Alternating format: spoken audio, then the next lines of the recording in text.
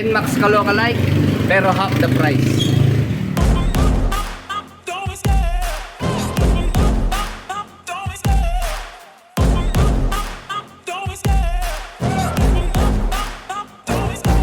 Love the chase and the hunt, and I set the pace when I'm running. I always take what I want and I always give it 100. Don't need a bank, no I'm funded. Play the game like it's nothing. I'm always thankful for something. Don't take for granted, stay humble. Now wake up, it's time to look at the enemy. Look in the mirror if he is no friend to me. It's not working out, maybe it's the chemistry. It's time to break up so I can make a better me. Better believe in your mind, cause it's everything.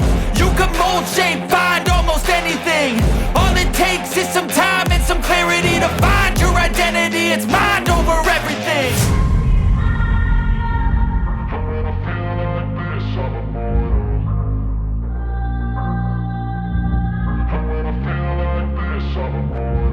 And when I feel like this, I'm immortal. When I feel like this, I'm immortal. When I feel like this, I'm immortal. Good morning mga ka-riders, nandito po tayo sa Motopost Siniluan para sa bagong labas nila na Motopost Evo Deluxe 150. Alam nyo mga ka-riders, sa lahat ng mga na-review natin na NMAX ka lookalike, ito po talaga ang the best, itong sa Motopost. Dahil kahit titigan mo siya mga ka-riders, talagang NMAX ang forma, di ba? Yung pong version 2 ang tinutukoy ko. Pero syempre sa branding siya nagkatalo. Makapansin naman natin dito sa side profile yung emblem ng Motopost naka-display dito.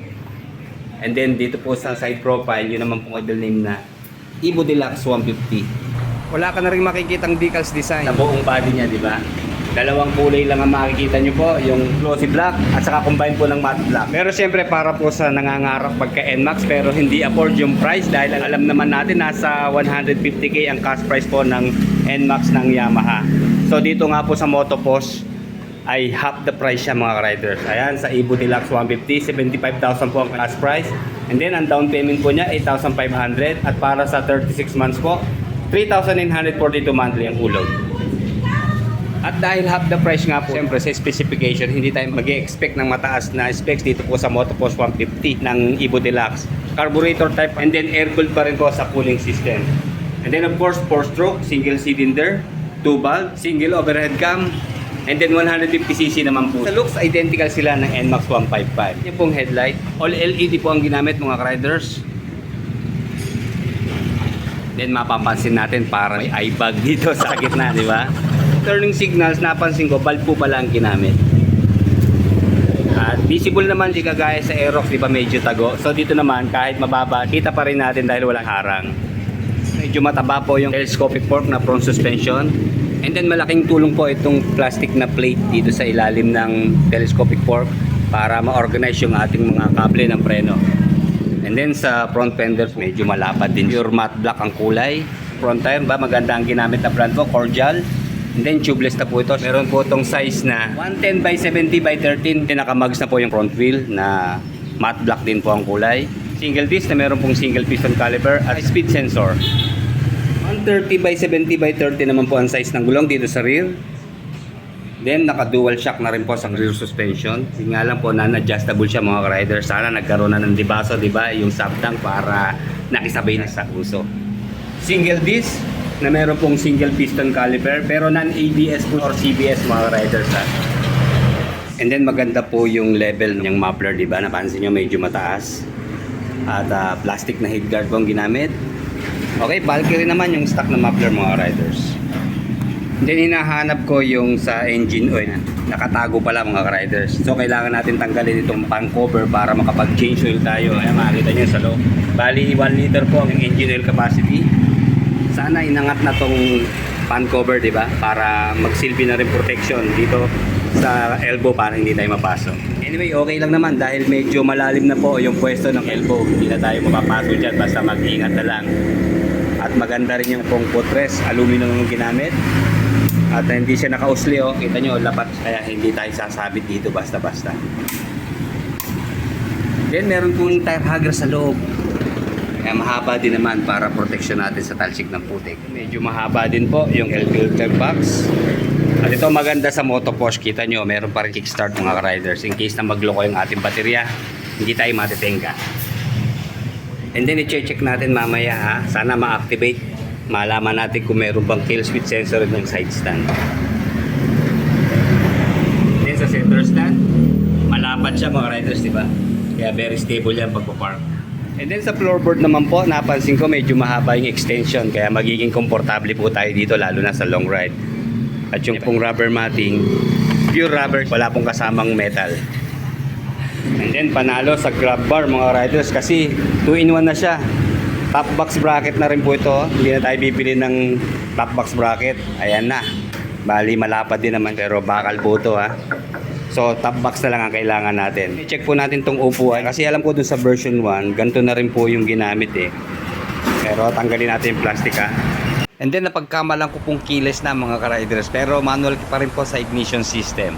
May kasama rin pong dalawang remote na may dalawang button, yung isa po power button at locator. Yun lang, wala po tayong available na battery para ma-confirm po natin itong function ng mga buttons. Then nasa gitna po yung susian, ayan, kala nyo wala siyang butas, diba? Papasok nyo lang yung sa gitna, ayan, di-open na siya. Okay, check muna natin yung upuan ha. Bukas na pala siya. Wala po siyang hydraulic damper mga riders ha. Hindi po siya yung kusang umaangat. Kapareho nung nabili nating upuan dun sa Aerox natin ayun no. So ang halaga po noon mga riders sa Shopee natin kinuha ay nasa 2,000 plus mga 2,1. So dito hindi ka na bibili. Eto na. Ready na siya, camelback type seat na po ang upuan. Ayan, malambot na foam. Meron pa siyang hard plastic na protection dito sa ibabaw. Napakaginhawa po nito sa likuran natin mga riders dahil nakagamit nga na po tayo. Tapos naka double stitch po, malambot na mga foam, komportable, malapad, parang pang Aerox na rin at hindi masyado matambok dito po sa back rider seat. Mamaya sukatin natin ha. Dito po sa U-box niya mga riders, mababaw lang. Sigurado kahit half piece po, hindi po papasok dito. Siguro yung mga gamit lang natin, kapote, motorcycle cover, yan, pasok na pasok dyan, saka ilang mga documents, basic tools. So talaga mas maganda para makapagdala tayo ng helmet at hindi na natin bitbitin sa mga trabaho natin. Bili na tayo ng top box, marami naman pong mura ngayon na plastic lang, di ba? Na parang aluminum na rin ang kanyang forma. For sure, hindi po tayo pasubsob sa riding position natin dito sa Motoposh Evo Deluxe 150 na version 2 dahil mataas po yung level ng manibela. Kita nyo po sa digital panel mga riders, so almost naka-vertical na yung kanyang level. Hindi na po yung parang naka-sub-sub tayo, di ba? Kitang-kita natin yung ating panel. Ka-level na halos ng ating front view. Okay, meron po siyang dalawang soft button dito sa front para sa adjustment ng ating mga indicators. Okay, dito naman po sa handlebar, medyo malapad siya, meron maliit na bar end. Then nasa gitna po yung brand na Motoposh, yan yung emblem. Then glossy black nga po, sa combine sa matte black. Sa switches and button naman po, dito po sa left side, meron passing light, ito pong kulay yellow na button. And then dito po sa ibabaw, high beam, low beam sign. Turning signals, left and right, off sa gitna, and then horn. Dito naman po sa right side, meron hazard lamp. Okay. Then on and off din. And then pwede po tayo magpatay ng headlight or DRL sa morning. At electric starter push button. Dito po sa right side, meron pocket. Ayan, pasok naman po dito ang cellphone. Pero syempre, to see is to believe. Ayan, sinukat na natin yung ating isang cellphone na medyo malaki. Okay, lapat siya ha. Yun lang, walang lock mga riders, kaya wag niyong kalilimutan kunin ng cellphone pag magpapark na po tayo. At dito po sa left side, meron din siyang malalim na pocket. Ayan, pasok na pasok din dyan ang cellphone. Kahit siguro 3 cellphone, okay lang. And then check natin yung charging port ha. Okay, dalawa rin po ang charging port mga riders. So isang type B at type C. So pwede po tayo mag-charge ng dalawang cellphone. Pero wag gagamit ng cellphone habang tumatakbo ha. And then malaki po yung fuel tank capacity, nasa 8 liters mga riders. At sa fuel consumption, sa manufacturer's claim, nasa 2.7 liters kada 100 kilometers na range. Meron po itong maximum power na 9.1 horsepower at 7,500 RPM and maximum torque of 9.1 Newton meter at 6,000 RPM. Kaya expect na natin sa top speed mga riders, maabot po ito ng 100 to 110 kilometers per hour. Tumitimbang po ng 125 kilos sa dry weight itong Motopos Evo Deluxe 150. Meron po siyang 125mm na ground clearance at 770mm naman po sa seat height. Nga pala mga riders, 4 na kulay po ang available dito sa version 2 ng Evo Deluxe 150. Meron po siyang matte black, meron din pong red, glossy gray at saka blue. Sinight stand po natin mga riders, ayan po ang korma, okay naman. Ang ganda ng kanyang pagkakatagilid, diba? Hindi na siya mapupuwal. Tingin ko magiging komportable po dito yung mga average height na Pinoy riders kasi napansin ko medyo mababa siya.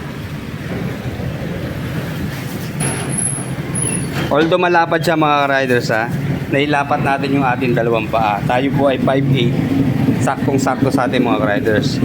Then lalapitan ako sa manibela. So atras tayo ng konti Ayan. Grabe ang ginhawa at ang komportable lalo na itong ganyang stopper dito sa camelback type seat. Sa laki ng upuan niya, ang haba, di ba? Malambot pa. Yun lang ako, hindi makapag-stretch ng maigi kasi mahaba po yung ating mga binti So kailangan nating umatras para makapag-stretch tayo. Kaya lang sumasangga na nga po yung stopper niya. Pero okay lang, importante malambot siya. Ayan. Check nga natin sa turning radius. Ayan, sakto. May distansya pa naman siya mga riders, mga 1 inch.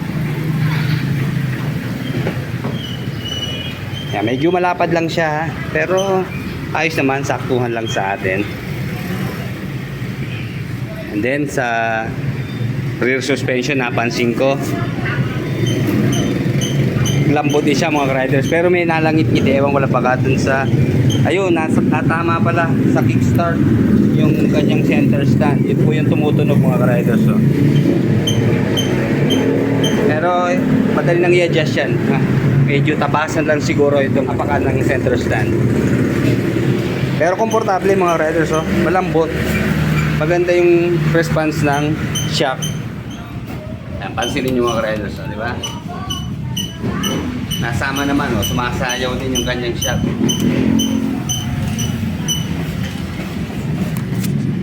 And then sa mga brake levers po, testingin din natin. Unahin lang natin dito sa rear brake, naka-disc na rin po siya. Ayan. Madaustos tayo, may plastic pa nga pala pero alam ko makapit naman to. Ayan, malakas yung preno niya mga riders almost half press lang kagat-agad siya kahit naka-tiles pa yan, no problem.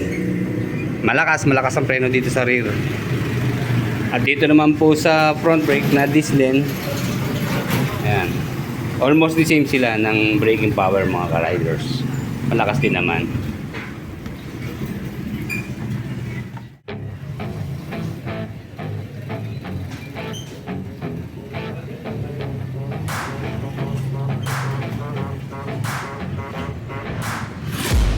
I'm taking shots at the enemy. I'm gonna make it to the top, leave a legacy.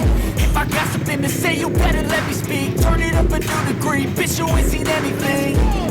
I pop off with the new rock, electronic, blow the sonic roof up. I'm too honest when I take a few shots. They're too toxic, need to take a new song. You cannot save me, 'cause I don't need saving. It's everything I've been chasing, all here for the taking. Don't wanna test your luck with me, I think I've had enough disease. I'm sick of all the bad thoughts, people who are half-nots. We're not as tough as